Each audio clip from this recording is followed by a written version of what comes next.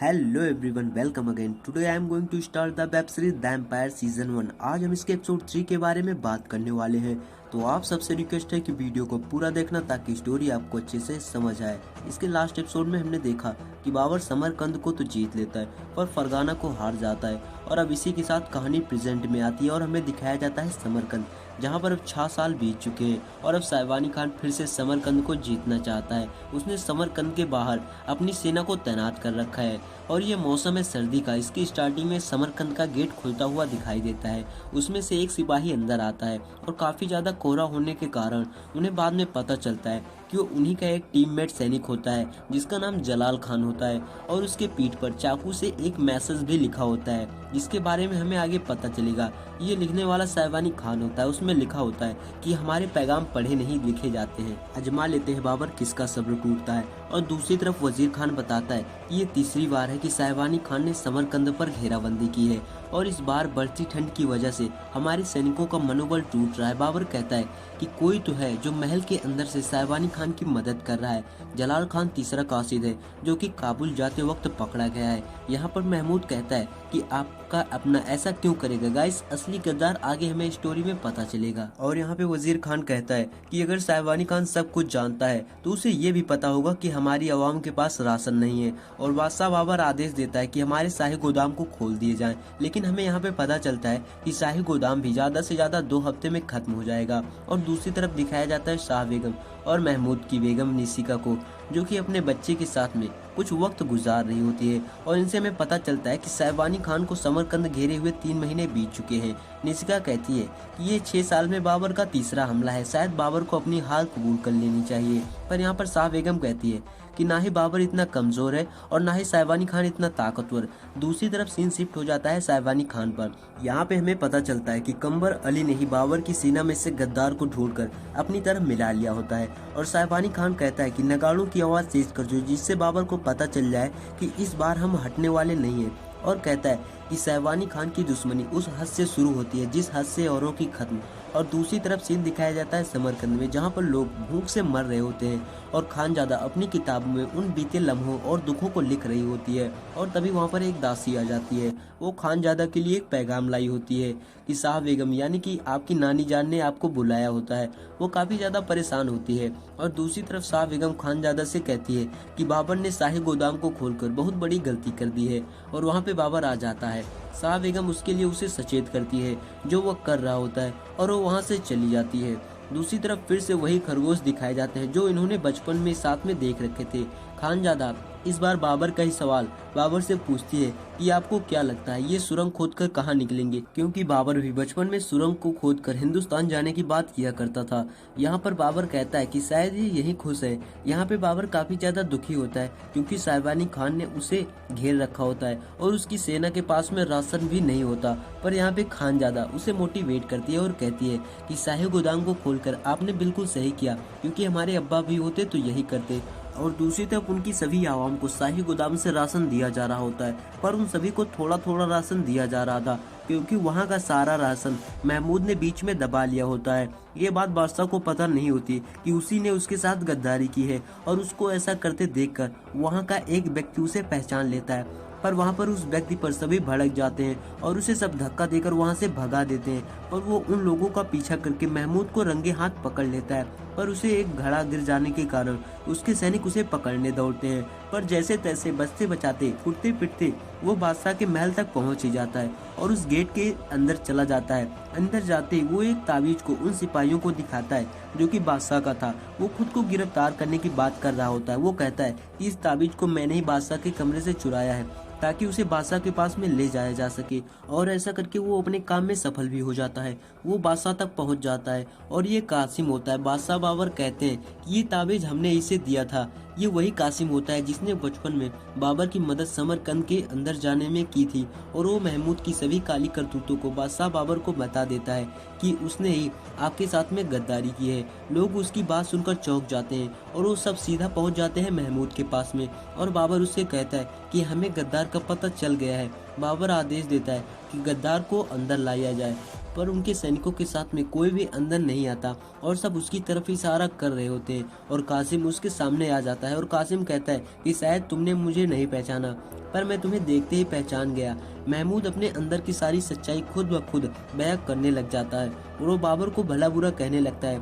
और वजीर खान उसे अपनी तलवार से मारना चाहता है, पर बाबर उसे रोक लेता है। वो कहता है कि इसका इंसाफ हम नहीं, इसका इंसाफ समरकंद के लोग करेंगे, ये उनके गुनहगार हैं। बाबर उसके बीवी बच्चों की सुरक्षा का वादा करता है और दूसरी तरफ एक दासी उसके बच्चे को निशिका को सौंप देती है और उसे सारी सच्चाई बता देती है। और दूसरी तरफ दिखाया जाता है महमूद को। लोग उसे एक चौराहे के बीच में पत्थर फेंक कर मारने की फिराक में होते हैं। वहीं दूसरी तरफ उसकी बीवी निशिका एक जल कुंड में अपने बच्चे के साथ में आत्महत्या करने जा रही होती है और लोग महमूद पर पत्थर बरसाना शुरू कर देते हैं। उस पर इतने पत्थर बरसाए जाते हैं जिससे उसे काफी ज्यादा दर्द हो रहा होता है। और दूसरी तरफ निशिका भी अपने बच्चे के साथ में उस जल कुंड में डूबकर खुद को मार देती है। और उधर लोग महमूद को भी पत्थर फेंक कर लहूलुहान कर देते हैं और उसे जान से मार देते हैं। ये सब महमूद ने इसलिए किया था क्योंकि बाबर ने समरकंद का तख्त महमूद को देने का वादा किया था और उसकी नानी जान ने नहीं दिया। और दूसरी तरफ कासिम ने बाबर की मदद की थी, इसलिए बाबर उसे अपना खास सलाहकार बना देता है। और महमूद के जाने की वजह से सब काफी ज्यादा दुखी होते हैं क्योंकि वो उसका अपना ही था। बाबर कहता है कि समरकंद पे छाए संकट को जल्द से जल्द दूर करना होगा।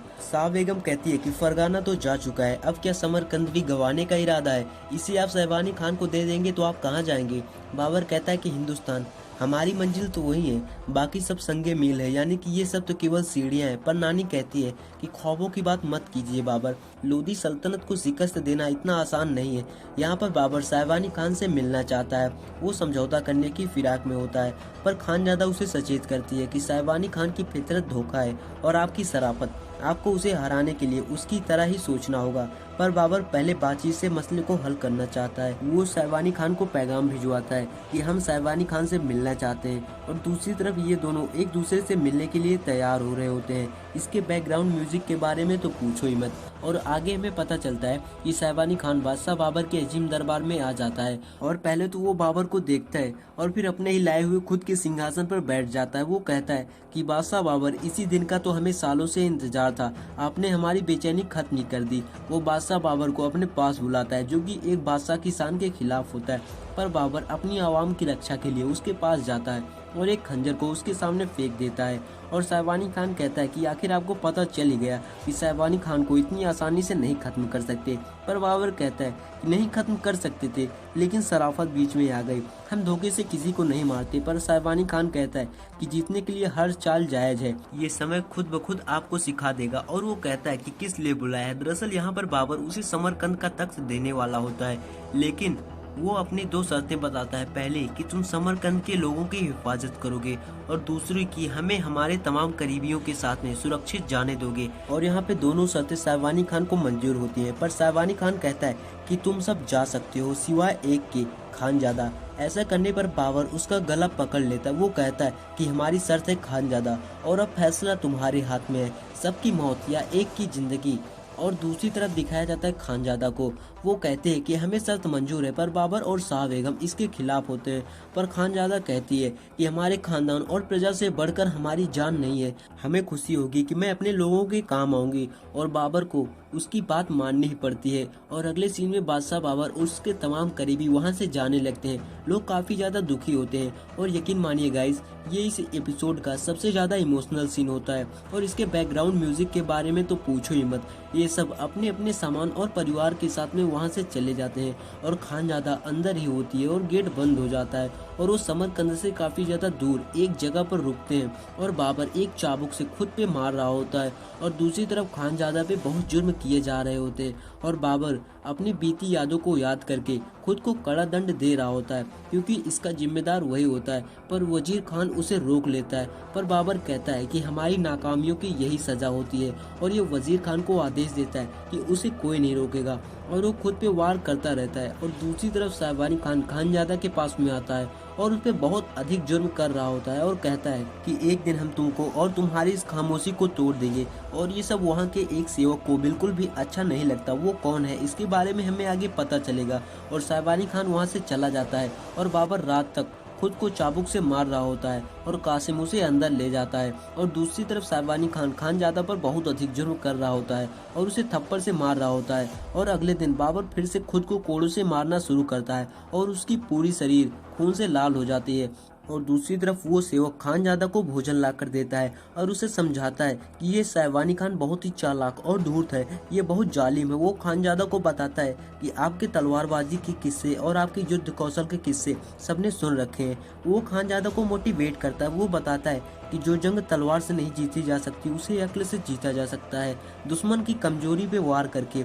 वो बताता है कि मत भूलिए आप कौन है और ना ही किसी को भूलने दीजिए। और दूसरी तरफ बाबर नशे में होता है और वो बाहर आकर वजीर खान को डांटने लगता है कि समरकंद की जिम्मेदारी आप पर थी। पर तभी शाह बेगम आकर उसे एक चाटा लगाती है और उसे कहती है कि जो अपनी माँ और बहन की हिफाजत नहीं कर सकता वो अपनी सल्तनत की क्या करेगा।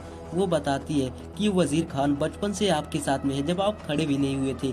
और ये वह संघर जिनकी रगों में मिर्जाओं के लिए सम्मान दौड़ता है, हर राजा इनके जैसा सेनापति चाहते हैं। वो बाबर को बहुत भला बुरा कहती है, वो उसे हारा हुआ इंसान कहती है।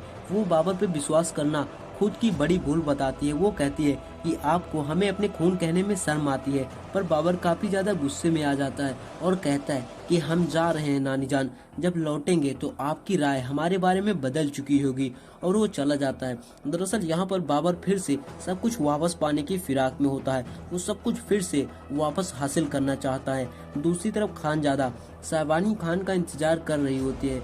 यहाँ पे खानजादा ने उसे कबूल कर लिया होता है। पर साइबानी खान फिर से खानजादा के दिल पे वार करता है और कहता है कि तुम टूट गई खानजादा। पर वो कहती है कि हरगिज नहीं। वो साइबानी खान का खंजर निकालती है। वो कहती है कि सिर्फ ये चेहरा हमारी पहचान नहीं है। और वो उस खंजर से खुद के चेहरे पर वार कर लेती है, जिससे सब हैरान हो जाते हैं। और ये शानदार एपिसोड यहीं पर खत्म हो जाता है। तो गाइज ये एपिसोड आपको कैसा लगा प्लीज़ मुझे लाइक और कमेंट करके ज़रूर बताइएगा। और इसका नेक्स्ट एपिसोड हमारे चैनल पर जल्द ही अपलोड होगा। और अगर आप ऐसे ही शानदार वीडियोस को देखना चाहते हैं तो आप हमारे चैनल को सब्सक्राइब कर सकते हैं। और अगर नहीं किया तो कोई बात नहीं यार, कभी भी कर लेना। And thanks again for watching this video. मिलते हैं नेक्स्ट वीडियो में।